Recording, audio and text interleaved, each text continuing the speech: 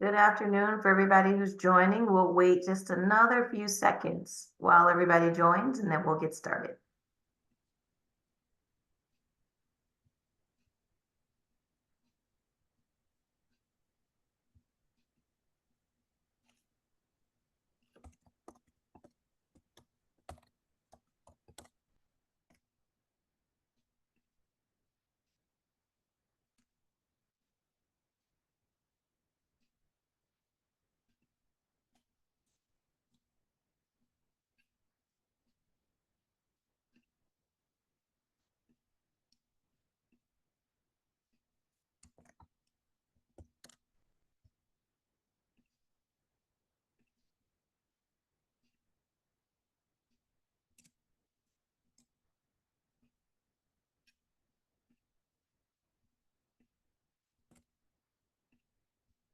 All right, I'm gonna go ahead and get us started because I want to make sure that we have as much time as possible for our discussion today. Good afternoon, everybody. My name is Siobhan Gordon. I'm a leader at Morgan Stanley. I lead our diversity initiative for all of our non-revenue functions.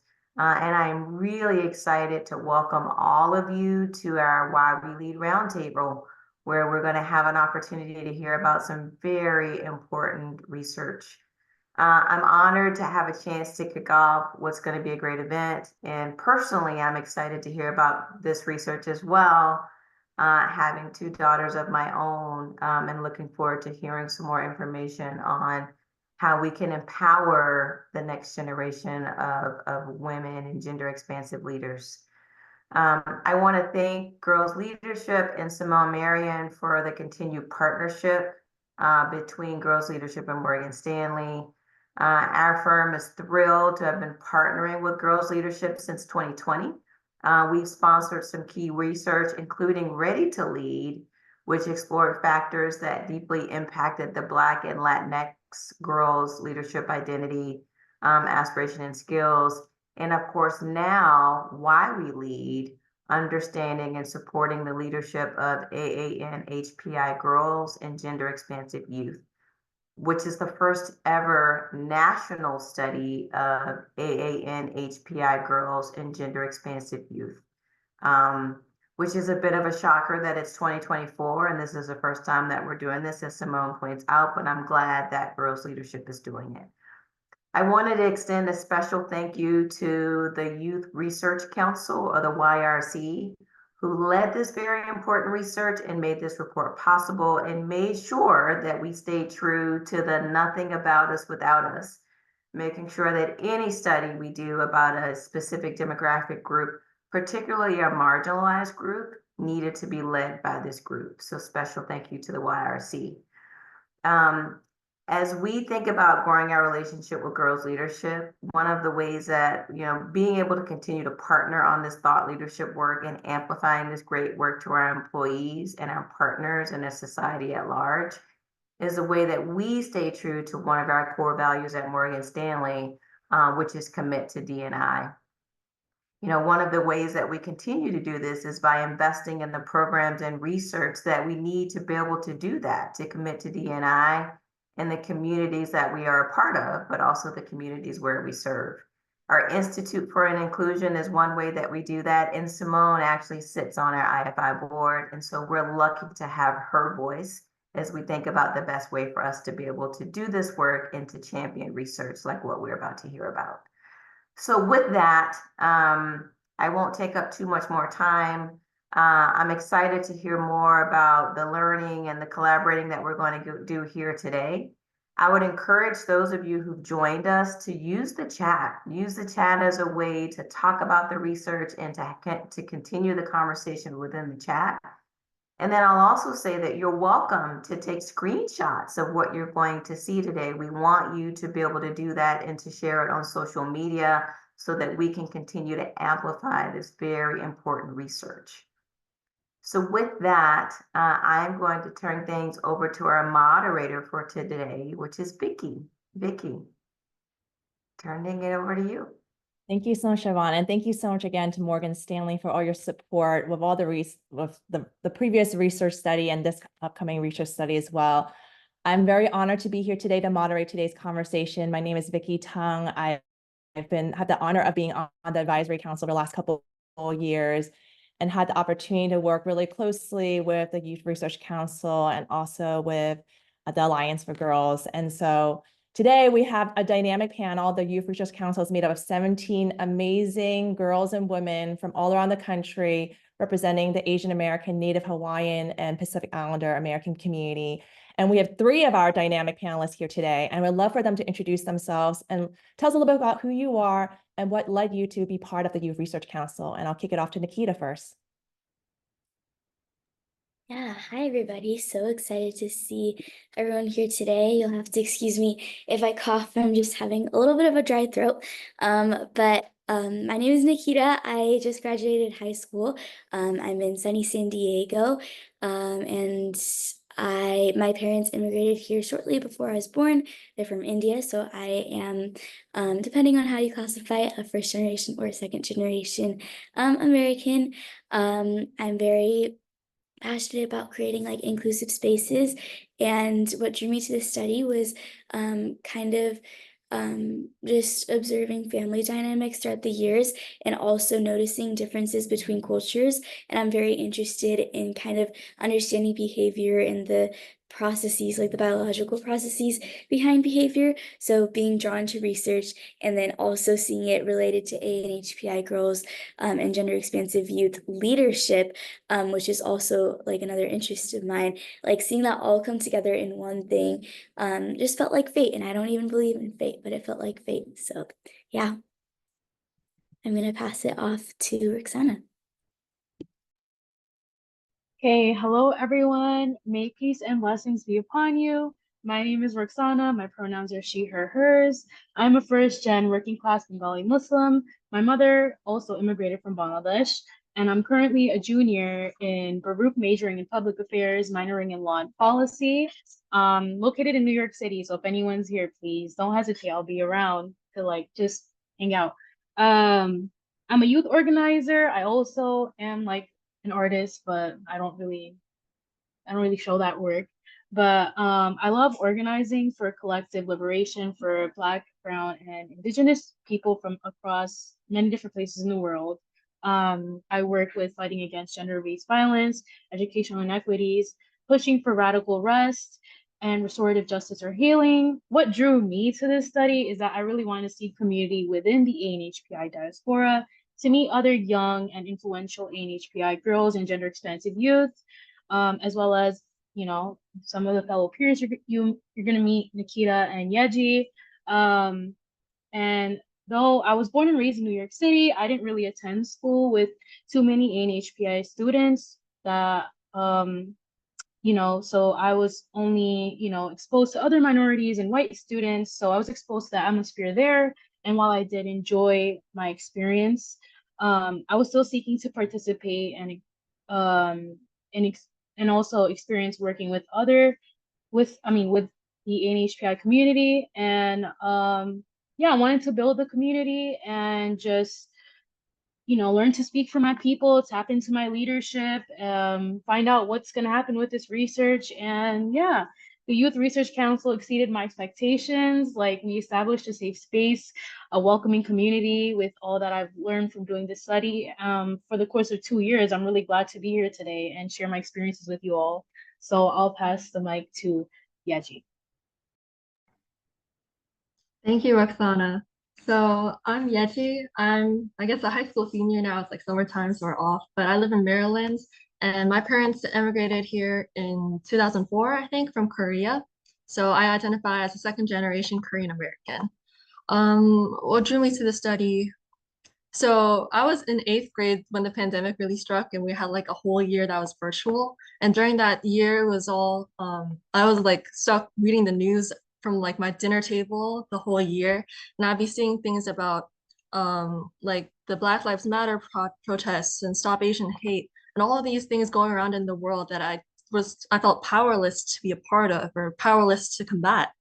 And that's kind of when I found this this project online. Actually, my mom found it on like a psychologist forum, and I felt really drawn to it because of the youth participatory action research portion of it. I think Siobhan just called it like the nothing about us without us like mentality, and I really agreed with that. I never heard of anything like that. I didn't know like youth or like people in my age could be a part of this research, and I thought it was so cool. And I think one thing that stuck with me is actually on the application form, is that instead of having the usual designations of Asian or just like Pacific Islander, is that they went down and they listed like 20 different ethnicities that you could check off that you belong to. And I thought that was like so like eye-opening for me because nowhere on like any kind of form or any kind of like space had I seen that before. And I see like Nikita and Roxana nodding along because do you remember? Because like that just struck to me because people it was like that extra thought and effort so that people who didn't usually see themselves represented in words like that on a demographic form would be able to see that they belonged instead of having to type in their identity in like the other category. So from the description of the council to like the application form itself, everything about the study really aligned with my values, and I found that true throughout the study. Thank you so much. And I resonate with everything you're saying, Yeji, and both Nikita and Roxana as well. I mean, our community is incredibly diverse. And one thing that has been lacking in terms of collecting data for the Asian American, Native Hawaiian, Pacific Islander community is the lack of disaggregation of data. And so it's incredible that we've been able to work with the Youth Research Council and the Alliance for Girls to be able to do that. And disaggregated data is going to provide us even better information to support our girls and women. As all of you are joining us today, I want to make sure that we're all kind of engaging ourselves, not only in real time listening to the participants, but also via chat. And if there are questions that you have, please do so by clicking the Q&A. What we'll do first is actually have time where I'll be actually asking the questions to our participants, and we'll have some time at the end for Q&A by the audience. So feel free to type in your questions as you're listening to all of us.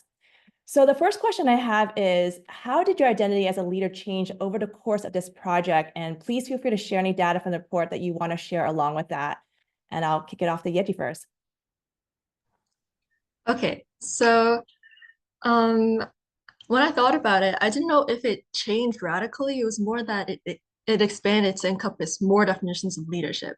So when I started off with this study, I was kind of pretty set in my thoughts about leadership and kind of stubborn about it too. So I was like a really more quiet person, and I felt like it was hard to speak up because of negative experiences that I've had with so-called like leaders who would put themselves before others or speak over others. And having those experiences, I felt that a leader should only be somebody who puts others before themselves or who are selfless. And I felt like this came from my parents' view and culture as Korean American, having that collectivist background, saying like for the community rather than yourself. So I wanted to make sure that I was always like maybe the second person to speak so that I could give the support to the people around me.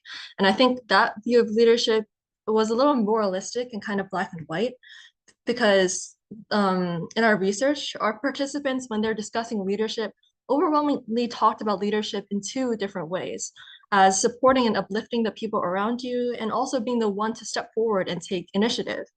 And I think over the study, I really understood that both styles of leadership are valid and crucial on a team. Like I play the cello, and in orchestra, my teacher emphasizes that while like the front row of musicians has the responsibility to follow the conductor and lead by example, the back row is the row that actually keeps the orchestra together by collaborating with each other and following the rhythm.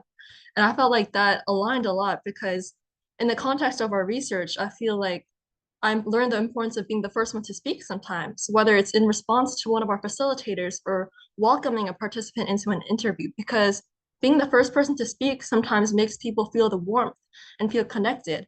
Like I've heard in schools to not be afraid to ask questions, because the person next to you might have the same question. And it felt like that because being the first one to speak invites others to speak as well. And in that way, you're using your voice for yourself, but also for others as well.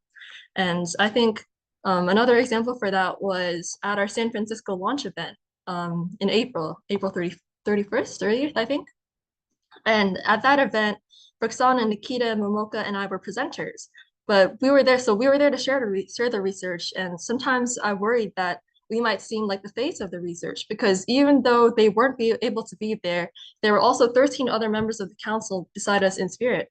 So the work that we did collectively, pushing the study forward without an audience on a regular Wednesday night, was just as crucial to our study's progress as sharing our research to an audience was. But I also saw the impact our presentation had on the people there. Like there were AANHPI groups from Denver talking about how our research was helpful to them for their purpose and community. And I felt like those two sides of leadership, being at the front of the room, behind the scenes, or at the front of the room and also behind the scenes, were equally important components of leadership that I could embrace and understand. So that's kind of one thing I really felt with leadership. Thank you, Yeji. And I do think that there is, what our parents as immigrants coming in and what they bring in with their conditioning and coming to this new country. And for us, as we're growing up in this country, being able to balance those two, and then you being an example of what, having the multiplicity of what leadership looks like is really, really important. And you being an example as you grow into a leader in leadership positions and what that will be to inspire the community that you're influencing. So Roxana, I want to also ask you answer the question as well.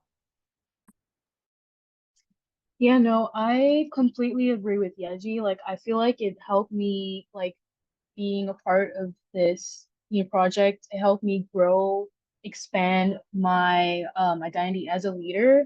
It made me more vocal about issues close to home. In being part of the study, I was able to learn about the various structural barriers that participants were talking about.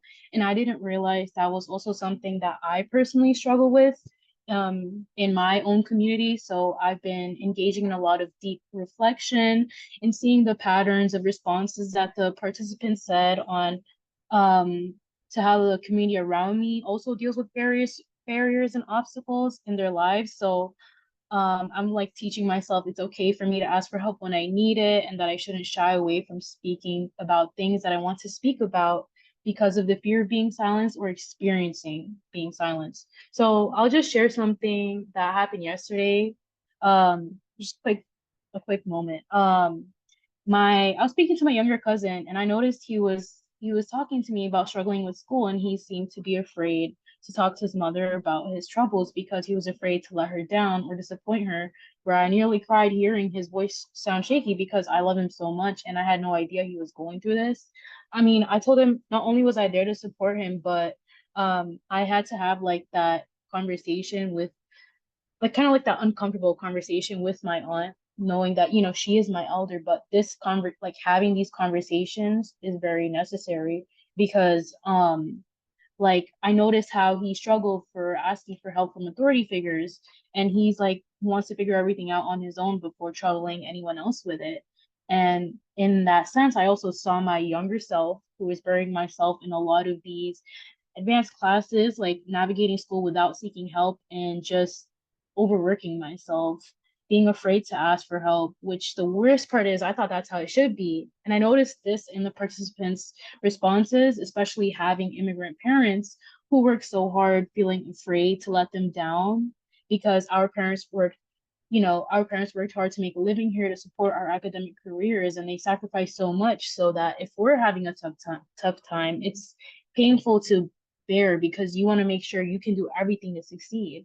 So um I was able to like this project really helped me be vocal and have those conversations that otherwise I'd shy away from.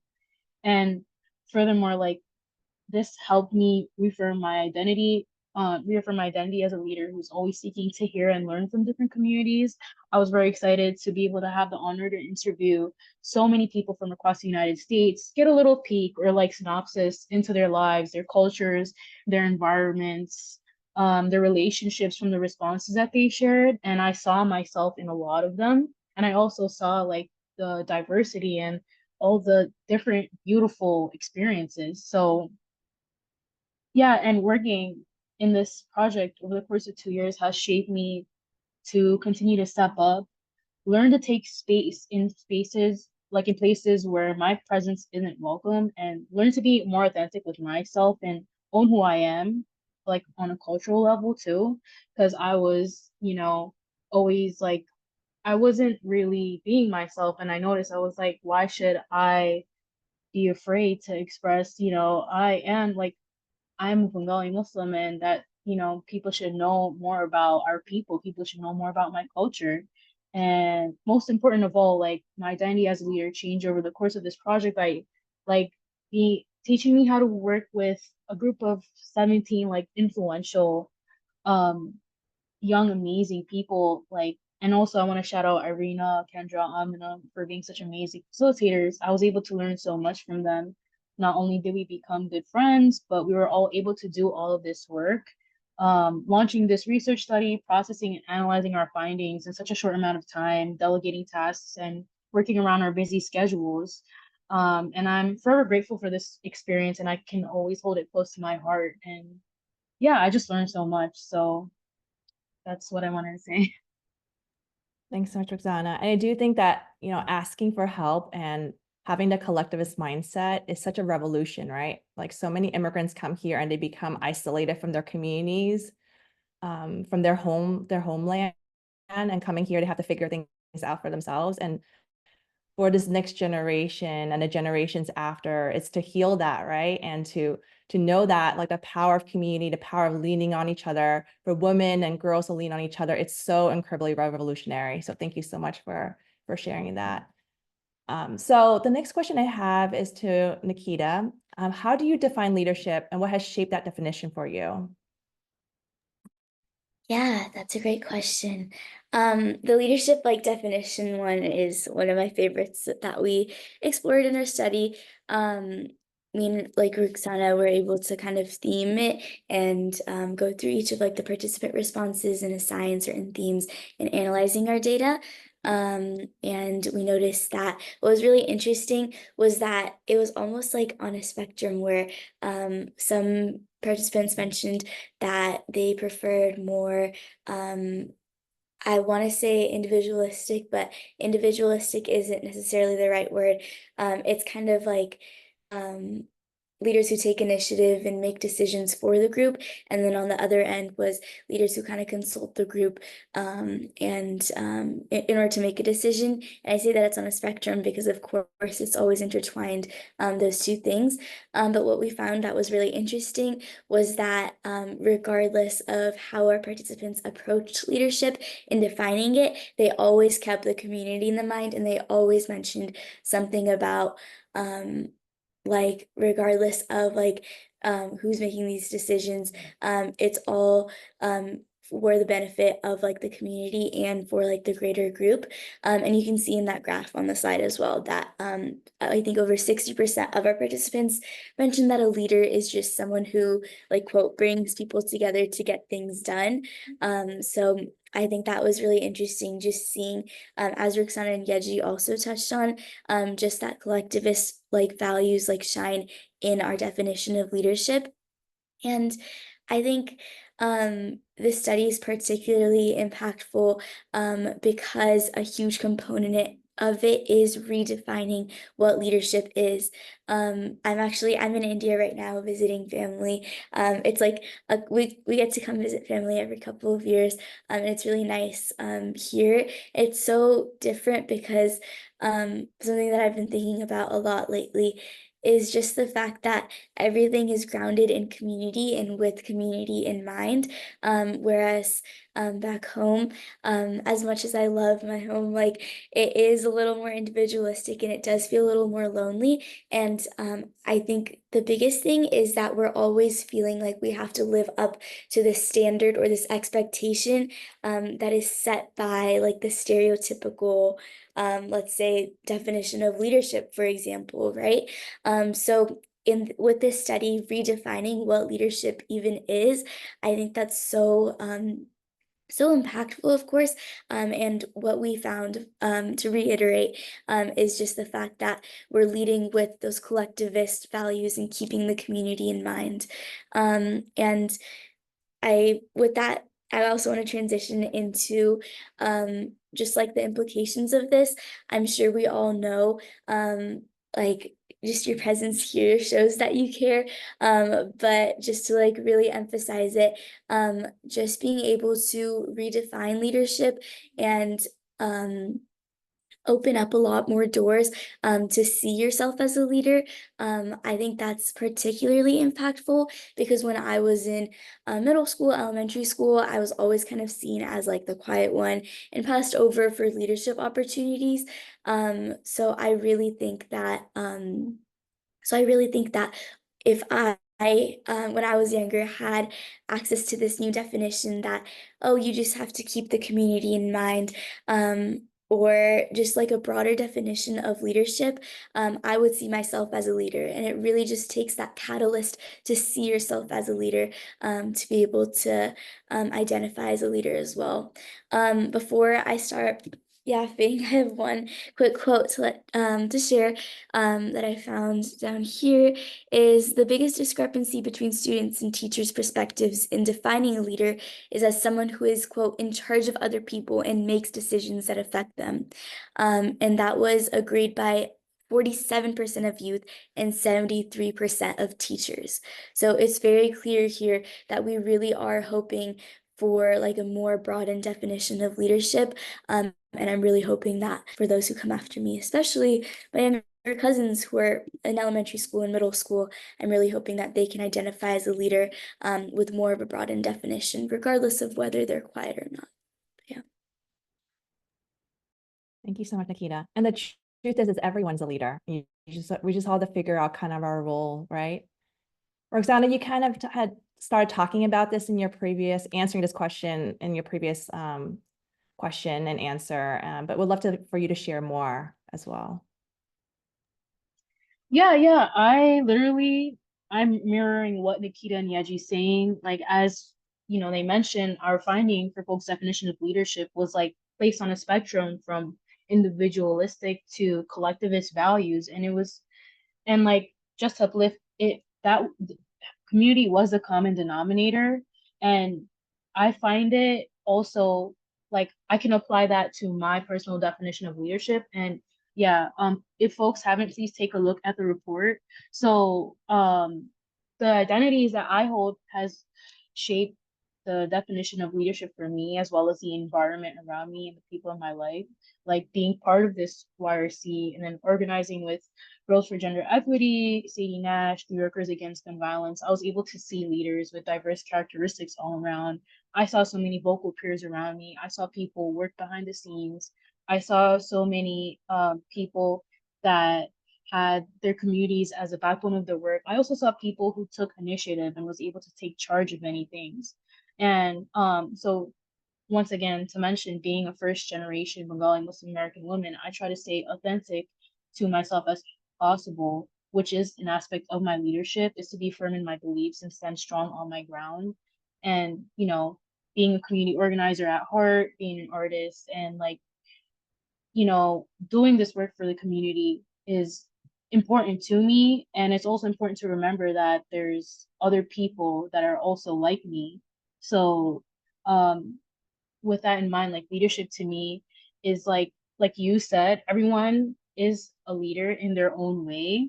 And it's about like being able to take the lead, whether it's collectively, whether within the community or more interpersonally, in whatever way that you are most comfortable with or flourish best in. And growing up, I didn't see myself or the people that I looked up to, quote unquote, fit the definition of what a leader looks like. But to me, these people were leaders and they changed the trajectory of the world for me. Like, for example, my mother, who didn't have a chance to follow her dreams, but who took care of our family all my life, is someone who I noticed likes to do things behind the scenes. And I wonder what she would have been, like how she would have been if she was able to follow her dreams. And I know she isn't like super vocal, but she is a nurturer and she's a teacher at heart. She taught me everything I know today. And she's like the community healer. And like if anyone in my family needs anything, she's always that person. She'll have it, or like she'll rush to help out in a second. And she like services her loved ones so much. That's like, you know, her love language. And that kind of like seeing that and being around that prompted me to take care of community the way she does. So while she's behind the scenes and she's more of the community healer, that's not what people might think of when they think of leadership, but that's what it looked like to me. And I wholeheartedly believe like leadership is like there's no right or wrong answer. It's what you make out of it. So yeah. Thank you, Roxana. And thank you so much for sharing about your mom and what amazing leader she is. And part of it is also for each one of us to own that, right? I think if we own it, it'll show up. Like people will see that, right? And I think like just like you saw that your mom as a leader, and she is, her community also sees her as that as well. So thank you so much for sharing.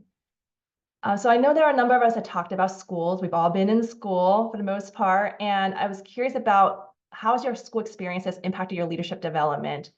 Did you feel seen or seen as a leader? And I'll hand it off to Yeji first to answer that question.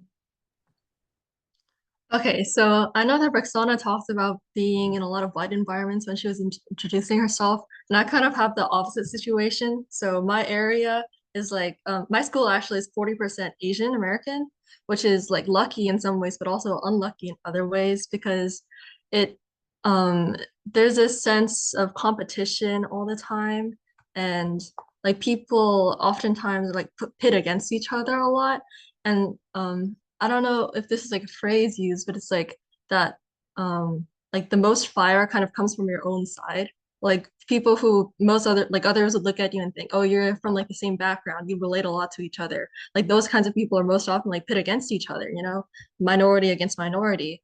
And this is I feel like really hindered my ability to feel like a leader in school. Like, and this was also one of our um, research, like one of the outcomes we found in our research from our participants that specifically it was that a lack of pan-Asian solidarity and judgment or competition actually hinders leadership and was like a structural barrier that participants noted.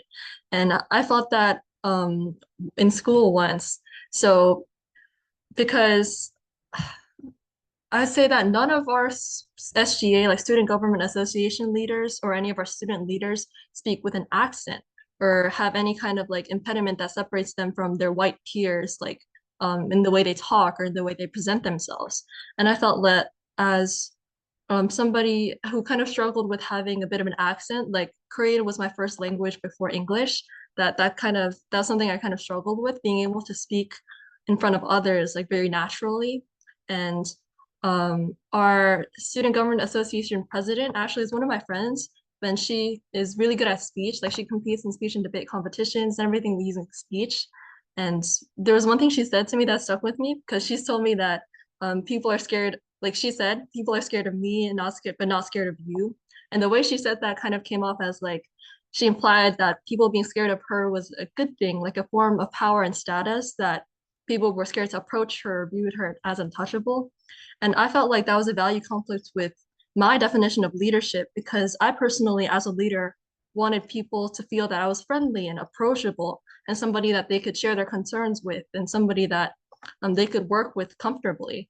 And that idea that a leader for others was somebody who people were scared to approach or people like looked up to us like far removed from themselves was something that I didn't really feel seen with. And it was confusing a lot because I felt that like I looked up to her a lot as a leader and I also valued like being able to speak well. Like I wanted to be somebody who was able to speak in like the front of the room and everything like that. But not being able to do that as well or making that feel like the only avenue for leadership, I felt didn't really sit well with me. And I feel like just going off of the research now, being like a girl's girl is actually really important for people to feel like they're a leader. And yeah, I just really felt that with our friends I was talking about it in relation to being seen as a leader. Thank you, Yeji. And now, Nikita, I was just curious, what was your school experience like? Yeah, that's a great question. I know I mentioned earlier in the chat. Oh, I hope you can't hear my background noise, but I know I mentioned earlier in the chat that like I'd always be handed kind of like a mic to right before class presentations because I was always assumed to be quiet. And I think when assigning those assumptions, it can sometimes become truths as well. So I think it just comes with avoiding generalizations. but I'll get into that a little bit later because I would like to talk a little bit about I think something that Yaji touched on at the beginning, Pan-Asian solidarity, and being able to stand by like your peers. I think it's very important, and I think that also comes with recognizing like the nuances within the AANHPI community. So we actually had one of our participants come to one of our community meetings, and this story is always one that sticks with me because she really validated a lot of the things that us on the council were feeling and the things that we saw repetitively come up in our research that participants were reporting. And it was just the fact that when it comes to whether it be ANHPI research or latest I guess ANHPI how do I put this? Or whenever we see, for example, AANHPI figures like in the media, for example, I think we're at a stage where the information is still somewhat mainstreamed. And we were kind of having this big discussion. It became a huge part of our research where she was this participant who was sharing, she was Mongolian, and she felt that she didn't feel represented and she didn't feel like she identified with AANHPI, her AANHPI peers, because it's of course a continent, and there's so many diverse cultures within like the area. So it's very important to be able to narrow in on specificity and recognize those unique cultures and those unique stories that are all within this big continent. And sometimes in mainstreaming, it can kind of make you feel overlooked. And a huge example was for me in like my 6th grade history class. And before I go into that, I'd like to share a quick quote that 42% of AANHPI girls and gender-expansive youth consider school as their community, and at the same time, 38% report bias happens in school from a peer, and 29% report bias happens from a teacher or school administrators. And in my experience, of course, this presents like a huge paradox, and in my experience, it teachers sometimes would use mainstreamed like information about AANHPI, like the AANHPI community. For example, they may assume that my parents are, I guess, quote unquote, tiger parents, and they would kind of perpetuate almost like a I really have a lot of appreciation for my teachers, and I know they're trying their best, but like almost kind of like a well-meaning like pity, and I think it just comes with making those assumptions based on what is mainstream. So I think the biggest thing here is just the fact that like it's so essential to avoid generalizations and avoid assumptions and recognize the kaleidoscope that our community is and all the diverse cultures that are within our community. And going to my experience in our ancient India unit in like 6th grade, we kind of learned about ancient India and not really modern India, and that kind of perpetuated stereotypes too. So I think again, even in like our curriculum and in our text, it really comes down to making sure that we're not mainstreaming information, and we're really ensuring to capture the nuances of each culture and community within the greater AANHPI community. But yeah. Thank you, Nikita, and thank you for sharing about the overgeneralization and also stereotyping of also our community. I mean, as many of us know who's joined this call, that race is a social construct, right? And the term Asian American was a very recent term that was coined to provide solidarity for the overall community.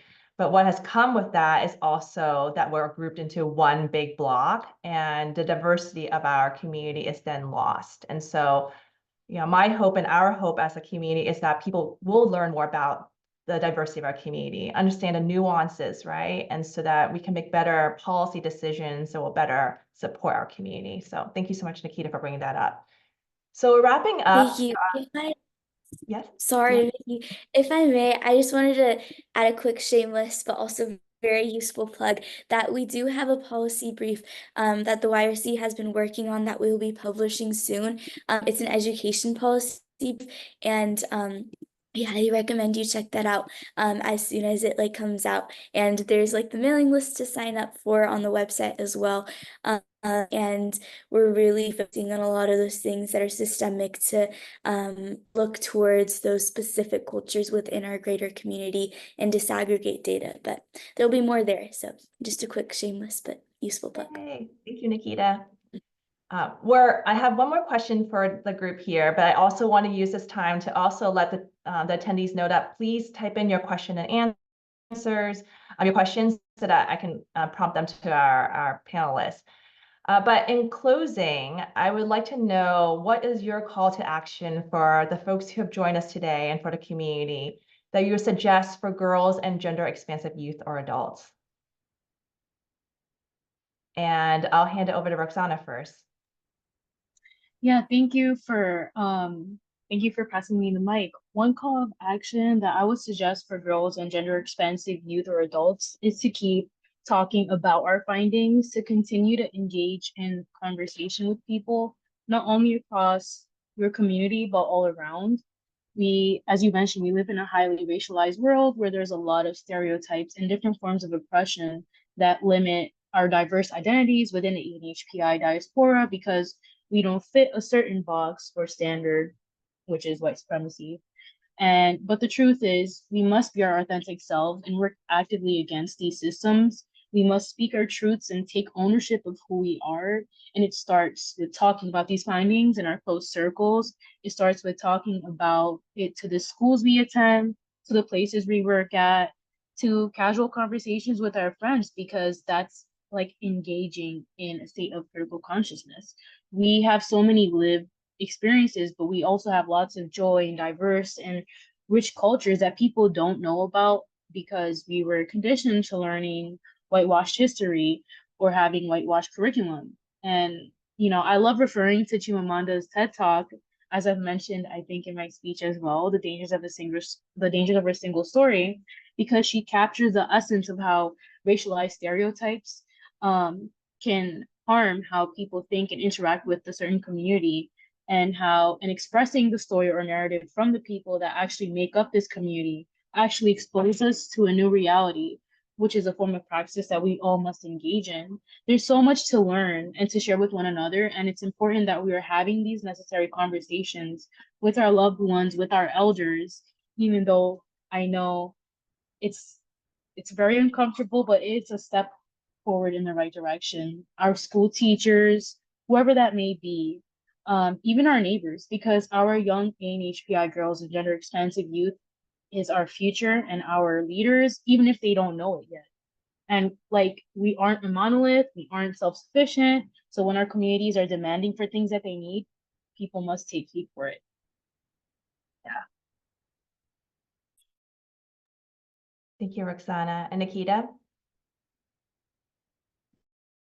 Yeah, I was just adding in the chat. I love that, Roxana, that you mentioned critical consciousness. And I really appreciate that. Just like using the findings to challenge your assumptions of a monolithic, a monolithic idea or perception of the community, and also that of leadership and broadening the definition of leadership. I would say my call to action for you, I actually have two. My first one is trust your gut feeling.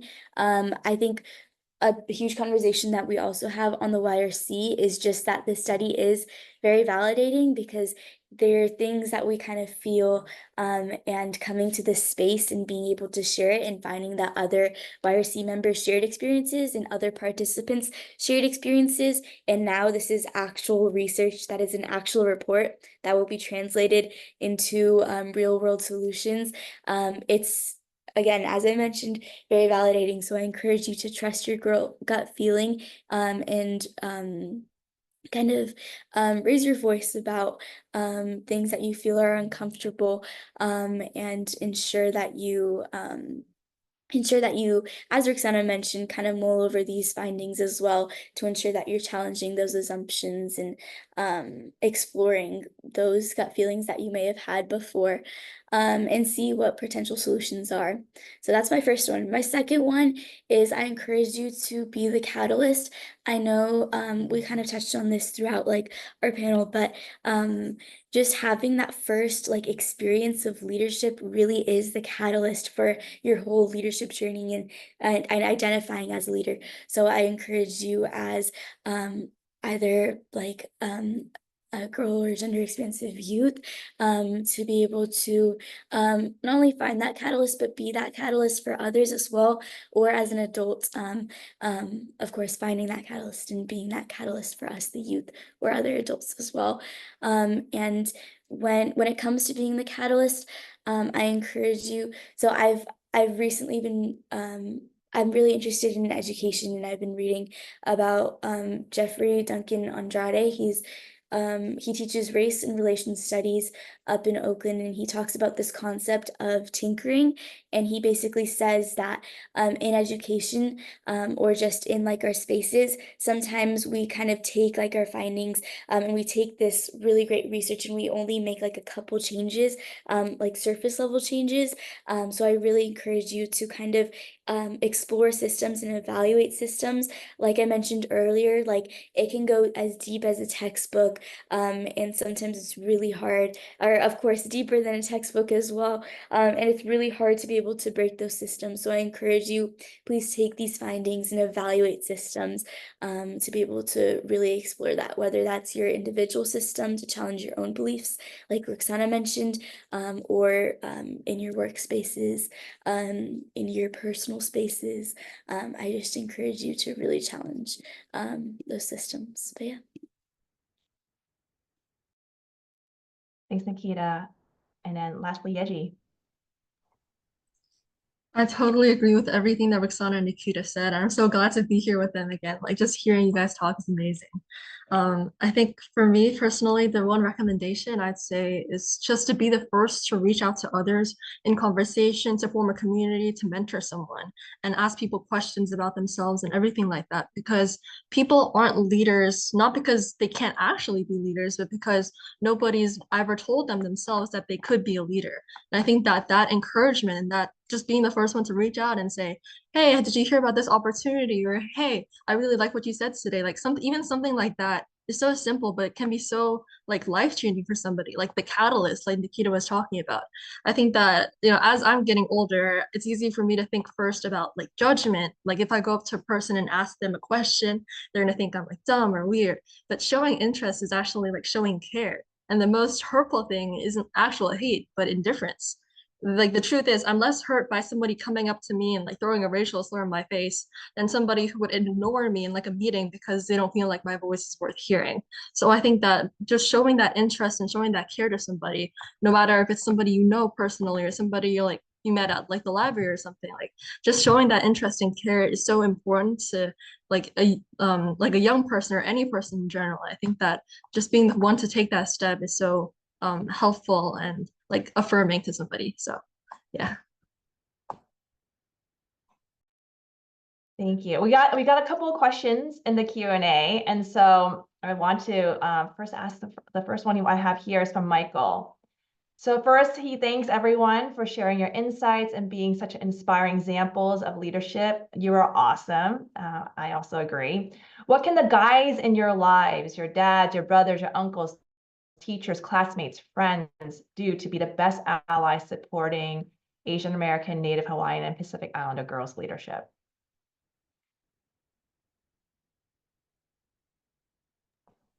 Okay, so I think the one thing that's coming to me, sorry to jump in, is just like, I don't know if y'all have heard of this, but the boy dad versus girl dad thing. Like, I don't know, I talk about it with my friends, like, oh, you're such a girl dad, you're such a boy dad. It's just like, what makes up a girl dad is just like somebody who's really just tolerant, like the type of dad, that just like sit and let you put like bows in his hair just for fun, like let his little daughters like put bows in his hair and everything like that. It's just um, like they don't have to be vocally supportive or like be like the number one cheerleader at every event you go to, but like just showing up even and just um like being tolerant, like I don't even know how to phrase it, just um like being there and supporting you even if like they don't completely know what's going on, you know? Like they don't have to know like everything like about feminism or everything about like what you're talking about, but just be like, okay, you got it. Like just being in your corner, I think is really helpful.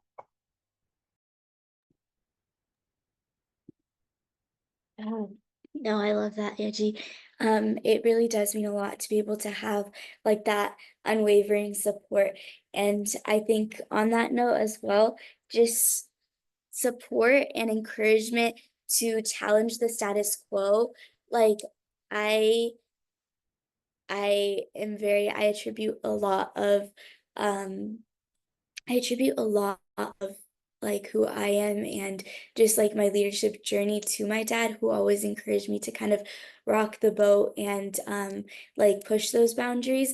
And oftentimes within our AANHPI community, and this was a structural barrier that was presented in our research actually, where there's kind of there's the balance between um, wanting to wanting to excel and in some, or I can speak towards certain participant responses that I saw, and towards my experience specifically, I want to make sure that I'm specific here, but wanting to kind of push those boundaries in a sense to excel and give back to your parents the sacrifices that they've made. But then on the other hand, there's also your community, your NHPI community telling you to kind of stay silent, not the boat, keep your head down, you know?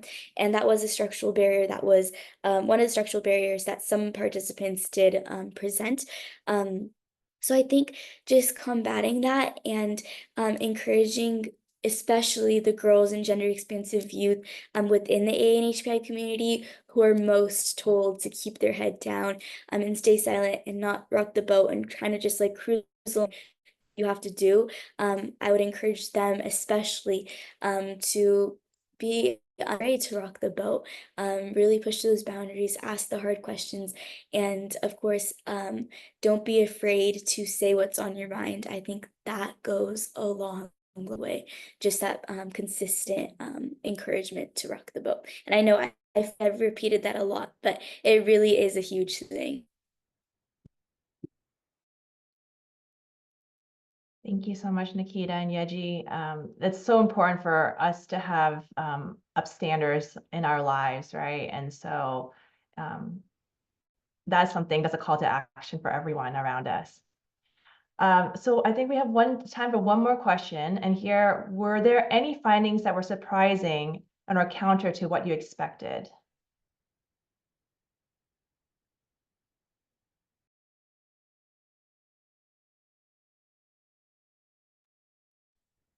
I can maybe start with something that was surprising. As it comes in, I'll probably remember something that was kind of to what I expected to. I'll mention that a little later as well. But as for surprising, one thing that definitely stood out to me was the fact that like and I mentioned this in my speech as well, but like we really are ready to make changes now. Like all of our participants talk about the things that they were experiencing with their communities, the structural barriers that they were experiencing in relation to leadership, but all also presented solutions and how they were moving forward and how they so kind of balance those nuances and all of those different push and pull aspects when it comes to the AANHP community leadership and then the surrounding community and environment as well. And it just goes back to what I mentioned earlier about wanting to rock the boat and being told not to rock the boat, but also your community wanting you to push yourself, but then the outside community telling you or placing assumptions and stereotypes on you. So all of these push and pull factors that kind of come in, and we're so impressed and so proud of like our peers in like kind of taking all of this and still continuing on their own leadership journey and also paving a leadership pathway for those around them. So yeah, as for counter to what we expected, I'm gonna go back again to that definition of leadership one. I genuinely like, I didn't know what to expect going in because I was honestly very daunted by the idea that like like how are we going to redefine leadership when we all typically think like the stereotypical I guess white male definition of leadership, right? Like how do we even begin to like rewire that? So I genuinely do not know what to expect in how do you, when we ask participants, how do you define leadership? And I was just so surprised to see so many like different responses. Some participants mentioned that they do find that leadership is standing at the front of the room and making decisions for your peers. And others mentioned that it's more of getting input from everyone. But then again, regardless, every single participant did mention that they still kept the community in mind, regardless of the approach. So, yeah. Thank you so much, Nikita. So at this point, I just want to thank Yeji, Roxana, and Nikita for joining us today. I am so in awe and inspired by the three of you. You three are the future of our country and our world. And so please, for our attendees, please follow them and like follow their leadership journey. And so the journey of all our Youth Research Council. I would now like to hand it over to Irina Nunez, who is part of Alliance for Girls and has been an amazing leader and partner in co-leading our study. Yes, thank you so much. I wanted to say a few closing remarks. I know that we're wrapping up today. First, I just want to say thank you to everyone who was able to make it out today, and to our speakers and moderators and everyone behind the scenes. So again, I'm Irina Nunez and I'm with Alliance for Girls. I'm the Participatory Research Director, and I had the privilege of co-designing this beautiful participatory research project and training the 17 Youth Research Council. And so if you're curious about learning more about Alliance for Girls and the work that we do, I really encourage you to send me an email, check us out online. I'm just so honored to be here and hearing from the youth researchers that I partnered with for the past 2 years. We spent a lot of time together and I cherish it so much. I'm also in awe of them and their growth as researchers and community organizers. I've learned so much from them, both as a practitioner in the field of participatory research and as just a community member. It's powerful to hear them discuss their research.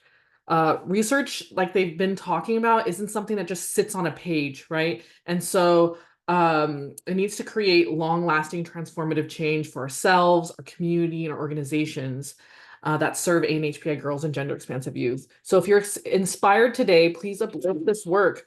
The Youth Research Council created tools. They created their policy brief, which you got to hear Nikita talk a little bit about. So they will be publishing it soon. I'm sure if you emailed folks at Girls Leadership, they could email it to you when they're ready. I also wanted to uplift the Why We Lead report that they've been talking about, showing clips from. For those who might have missed it, we'll share the link again to the report. Let me see if I can do it. Okay.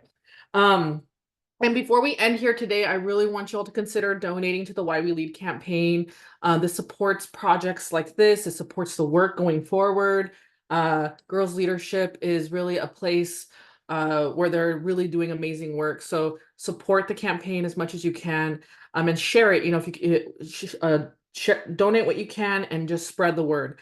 Thank you so much for attending this event, and feel free to reach out to Girls Leadership if you have any questions or you'd like to connect with the Youth Research Council. Have a great day, and remember that we're all in this together. Oh yeah, shout out to Amina and Kendra. Are they here today?